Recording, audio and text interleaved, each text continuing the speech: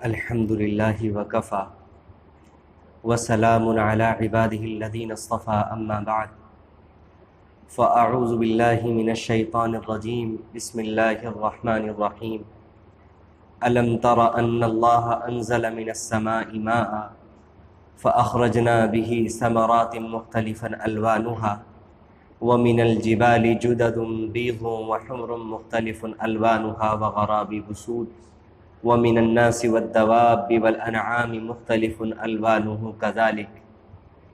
وقال سبحانه وتعالى وأطيعوا الله ورسوله ولا تنازعوا فتفشلوا وتذهب ريحكم واصبروا إن الله مع الصابرين وقال سبحانه وتعالى ولا تقف ما ليس لك به علم إن السمع والبصر والفؤاد كل أولئك كان عنه مسؤولا صدق اللہ العظیم وقد قال النبی صلی اللہ علیہ وسلم الا اخبرکم بافضل من درجة الصیام والصدقہ والصلاة قالوا بلى یا رسول اللہ قال اصلاح ذات البین وفساد ذات البین الحالقہ او کما قال علیہ الصلاة والسلام اللہم صل علی سیدنا محمد وعلى آل سیدنا محمد وبارک وسلم صلی اللہ علی النبی الامی صلی اللہ علی النبی الامی۔ واجب الاحترام بزرگوں، قابل قدر دینی ایمانی بھائیوں اور دور بیٹھی سن رہی بہت عزت و احترام کی مستحق عزیز ماں اور بہنوں، بار بار میں اس بات کو ذکر کرتا ہوں کہ دین صرف نماز کا، روزے کا یا داڑھی کا اور پگڑی کا نام نہیں ہے، بلکہ دین پورے ایک نظام زندگی کا نام ہے جو اللہ رب العزت نے قرآن کریم میں بیان کیا ہے، چاہے وہ ہماری نجی زندگی ہو، چاہے وہ ہماری معاشرتی زندگی ہو، چاہے وہ ہماری خاندانی زندگی ہو، چاہے وہ حکومتی زندگی ہو، کسی بھی قسم کی زندگی ہو، اسلام نے اس کا پورا خاکہ اور اس سلسلے کی پوری رہنمائیاں قرآن کریم کے اندر بیان کی۔ مجھے اور آپ کو نہ معلوم ہو، قرآن سے ناواقفیت کی بنا پر تو نہ معلوم ہو، لیکن عام طور سے چونکہ ہم قرآن کریم کی زبان سے واقفیت نہیں رکھتے، اس کی زبان کو نہیں جانتے، اس وجہ سے ہمارے ذہنوں میں غلط فہمی بیٹھی ہوئی ہے کہ دین صرف نماز کا، روزے کا، زکوٰۃ کا، حج کا، چند جو موٹے موٹے ارکان اور احکامات ہیں صرف ان کا نام ہے، باقی معاشرت، معاملات، تجارات، یہ ساری کی ساری چیزیں ہمارے ذہنوں کے اندر ہے، شاید اس بارے میں ہمارے دین کے اندر رہنمائیاں نہیں ہیں، اور یا اگر ہیں تو اس طریقے پر نہیں ہے کہ آج کے حالات کے مطابق وہ ہماری رہنمائی کر سکے۔ یہ اتنا فاسد، اتنا بے بنیاد اور اتنا بیکار خیال ہے اور اتنا بڑا گناہ محسوس ہوتا ہے، اس سے جتنی توبہ کی جائے اتنا کم ہے۔ بہرحال اس بات کو زیادہ لمبا نہ کرتے ہوئے میں اپنے اصلی موضوع کی طرف آتا ہوں، اور آج کے دن جو مجھے بات بیان کرنی ہے وہ یہ کرنی ہے کہ ہمارے معاشرے میں ظاہر ہے کہ معاشرے کی سطح پر، گھریلو سطح پر، خاندانی سطح پر بگاڑ ہے، اور ان بگاڑ کی بہت ساری وجوہات ہیں۔ ان وجوہات میں سے ایک بڑی وجہ، اس کا تذکرہ آج مجھے آپ حضرات کے سامنے کرنا ہے۔ اسی مناسبت سے میں نے قرآن کریم کی ایک آیت آپ کے سامنے تلاوت کی۔ سب سے پہلے الم تر ان اللہ انزل من السماء ماء، اس میں اللہ کے نبی صلی اللہ علیہ وسلم کو مخاطب بنا کر آپ سے سوال کیا گیا کہ کیا آپ نے نہیں دیکھا اللہ تعالیٰ نے آسمانوں سے پانی کو نازل کیا، یعنی بارش برسائی۔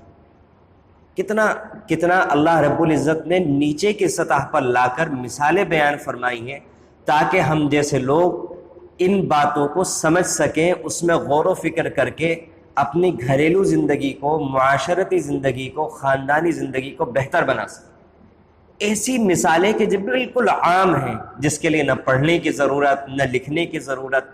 ایک عام سے عام بندہ، چاہے وہ دیہات کا ہو، چاہے شہر کا ہو، چاہے پڑھا لکھا ہو، چاہے بے پڑھا لکھا ہو،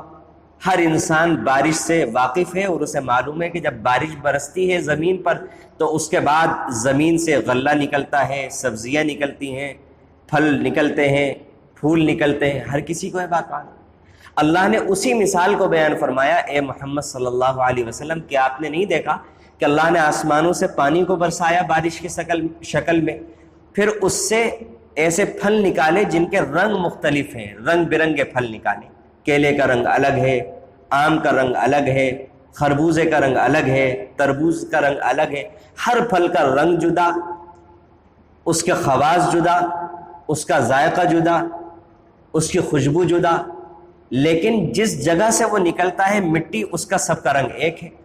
ایک ہی قسم کی جگہ سے اللہ تعالیٰ نے مختلف رنگ، مختلف ذائقوں کے اللہ تعالیٰ نے پھل نکالی اور سبزیاں نکالی، اور آگے اللہ نے فرمایا وَمِنَ الْجِبَالِ جُدَدٌ بِيضٌ، کہ پہاڑوں میں سے مختلف قسم کے حصے اللہ نے نکالے، بعض پہاڑ بہت سفید ہوتے ہیں، وَحُمْنٌ مُخْتَلِفٌ أَلْوَانُهَا،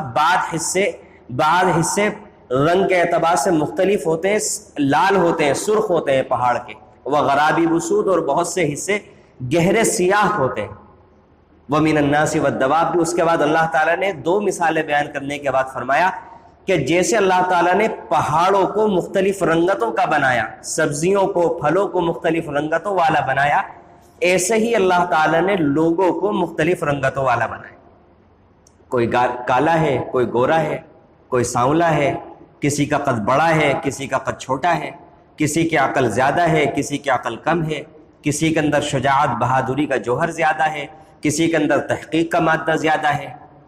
اب مختلف قسم کی خاصیتیں، کسی کے اندر کوئی عنصر بڑا ہوا ہے، کسی کے اندر کوئی عنصر گھٹا ہوا ہے، کسی میں کوئی فائدہ ہے، کسی میں کوئی نقصان ہے، کسی میں کوئی خاصیت زیادہ بڑی ہوئی ہے، دوسرے کے اندر اس کے مقابلے میں وہ چیز کم ہے۔ یہ اللہ تعالیٰ نے مختلف قسم کی انسانوں کو اللہ نے بنایا، وہ دواب، چوپائے مختلف قسم کے بنائے، مویشی مختلف قسم کے بنائے، اللہ تعالیٰ نے اس طرح کائنات کو پیدا فرمایا۔ تو اس آیت کو اگر ہم سامنے رکھیں تو سمجھ میں آتا ہے کہ اللہ تعالیٰ نے تمام انسانوں کے مزاج مختلف بنائے۔ جب انسان مختلف ہیں، مختلف علاقوں کے ہیں، جیسا کہ اس آیت سے پتہ چلتا ہے کہ رنگتیں مختلف ہیں، تو انسانوں کے مزاج بھی مختلف ہیں، اور اللہ تعالیٰ کا کوئی کام مصلحت سے خالی نہیں۔ اور اگر اس بات پر میں بیان کروں کہ اللہ کا کوئی کام مصلحت سے خالی نہیں ہوتا، تو آج کا سارا وقت، اور ہو سکتا ہے اگلے ہفتے کا بھی کچھ وقت یا پورا وقت اسی عنوان پر چلا جائے، لیکن آج چونکہ میرا یہ عنوان نہیں ہے تو میں اس پر کوئی بات نہیں کروں گا۔ بس اس سلسلے میں رکھنا چاہتا ہوں کہ ہم غور کریں کہ مثال کے طور پر فرض کر لیں اللہ نے سب کا مزاج ایک بنایا ہوتا تو سارے کے سارے لوگ ایک کاروبار کرتے، کیونکہ مزاج ایک ہے۔ اب اگر ایک نے گوشت کی دکان کھول لی تو چونکہ سب کا مزاج ہے کہ سبھی گوشت کی دکان کھولیں گے، تو گوشت خریدنے والا کون ہوگا؟ اگر بڑھئی کا کام بہتر لگتا تو سارے کے سارے بڑھئی کی دکان کھول لیتے، کیونکہ مزاج ایک۔ غرض یہ کہ اللہ تعالیٰ نے مختلف قسم کے مزاج بنائے کہ ایک کے دل کے اندر اللہ نے یہ ڈالا کہ تم رکشہ چلاؤ، اس کو کوئی اور کام بہتر نہیں لگ رہا ہے، وہ پسینے بہا رہا ہے، دھوپ کے اندر جل رہا ہے، گرمی کی شدت کو برداشت کر رہا ہے، لیکن اس کام کو چھوڑنے کو تیار نہیں۔ وہ کہتا ہے مجھے تو یہی بہتر لگتا ہے، ہوگی پریشانی آپ کو لگتی ہوگی مجھے، یہ کیا چیز ہے؟ آپ غور کریں کہ بعض کام ایسے ہیں کہ انسان تصور نہیں کر سکتا کہ دوسرے انسان اس کام کو کرتا کیسے ہے۔ نالیوں کی صفائی، مین ہولوں کی صفائی،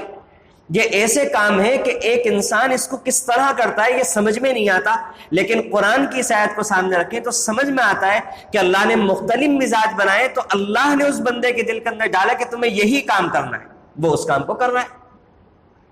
ایک رکشہ والا ہے، وہ رکشہ چلانے کا کام کر رہا ہے، دوسرے کے دل میں ڈالا کہ تمہیں رکشہ میں بیٹھ کر جانا ہے، وہ سواری۔ کوئی کار چلا رہا ہے، کوئی اس کے اندر بیٹھ کر کے جا رہا ہے، کوئی اس کے پرزے بنا رہا ہے، کوئی پیٹرول پمپ کے اوپر کام کر رہا ہے۔ تو اللہ تعالیٰ نے یہ مختلف قسم کے مزاج بنائے اور مختلف قسم کی ذمہ داریاں، مختلف قسم کے پیشے، مختلف قسم کی باتیں انسانوں کے ذہن کے اندر فطری طور پر ڈال دی کہ تمہیں یہ کام کرنا ہے، تمہیں یہ کام کرنا ہے۔ 4 بچے ہیں ایک انسان کے، چاروں کے مزاج عام طور سے مختلف ہوتے ہیں۔ ایک یہ کہتا ہے میں بڑا ہو کر یہ بننا چاہتا ہوں، ایک یہ کہتا ہے میں یہ بننا چاہتا ہوں، ایک یہ کہتا ہے میں یہ بننا چاہتا ہوں۔ مختلف قسم کے مزاج بنے، اور اللہ تعالیٰ چاہتے ہیں تو ایک مزاج پر بھی جمع کر دیتے ہیں جیسے انہیں منظور ہوتا ہے۔ لیکن میں یہ عرض کرنا چاہ رہا تھا کہ اللہ تعالیٰ نے فطرتاً انسانوں کو مختلف المزاج بنایا، تو اختلاف، کسی کی رائے سے اختلاف کرنا، کسی کی رائے سے اختلاف کرنا یہ فطری اعتبار سے کوئی بری بات نہیں ہے، یہ قدرتی چیز ہے، یہ قدرتی چیز ہے کہ جب مختلف المزاج لوگ ہیں تو ظاہری سی بات ہے کہ ایک انسان یہ کہے گا کہ مجھے گرمی کے اندر سفر کرنا ہے، دوسرا انسان کہے گا کہ مجھے نہیں، میں گرمی کے اندر سفر نہیں کروں گا، جب دھوپ ذرا کم ہو جائے گی میں اس کے بعد نکلوں گا۔ ایک انسان کا مزاج ہے، اس کا جسم اس قابل ہے کہ وہ ٹھنڈے پانی کو برداشت کر سکتا ہے، وہ سردی کے اندر بھی ٹھنڈا پانی پی رہا ہے۔ ایک انسان ہے وہ کہتا ہے مجھ سے تو نہیں پیا جائے گا، مجھ سے گرمی میں نہیں پیا جاتا، میں ٹھنڈ کے اندر کیا پیوں گا، وہ نہیں پینا چاہتا، نہیں پیے۔ ایک انسان ہے وہ کہتا ہے کہ مجھے یہ والی غذا اچھی لگتی ہے میں کھاؤں گا، دوسرا کہتا ہے مجھے بالکل اچھی نہیں لگتی، دیکھتے ہی مجھے اکائیاں آنے لگتی ہیں، وہ نہیں کھائے گا۔ تو یہ اللہ تعالیٰ نے انسانوں کے مزاج مختلف بنائے ہیں، اس کا اثر ہماری زندگی میں، معاشرتی زندگی میں، گھریلو زندگی میں، خاندانی زندگی میں، ہر سطح کی زندگی میں اختلاف کا آنا لازمی اور یقینی، کیونکہ مختلف المزاج اللہ نے بنایا، لیکن ہر چیز کا اللہ تعالیٰ نے ایک دائرہ بنایا، ایک حد بنائی کہ اگر کوئی چیز اچھی ہے یہ نہیں کہ اس کا استعمال بے دریغ کیا جائے، اس کی کوئی حد نہ ہو۔ میٹھا استعمال کرنا، نمکین استعمال کرنا یہ صحت کے لیے ضروری ہے، بہتر چیز ہے، لیکن اگر ایک انسان اس بات کو سن کر کے میٹھے سے فائدہ ہوتا ہے میٹھا ہی میٹھا کھاتا رہے تو ظاہری سی بات ہے کہ اس کے لیے تو نہایت نقصان دہ ہوگی یہ عادت اور یہ چیز۔ تو بالکل اسی طرح اختلاف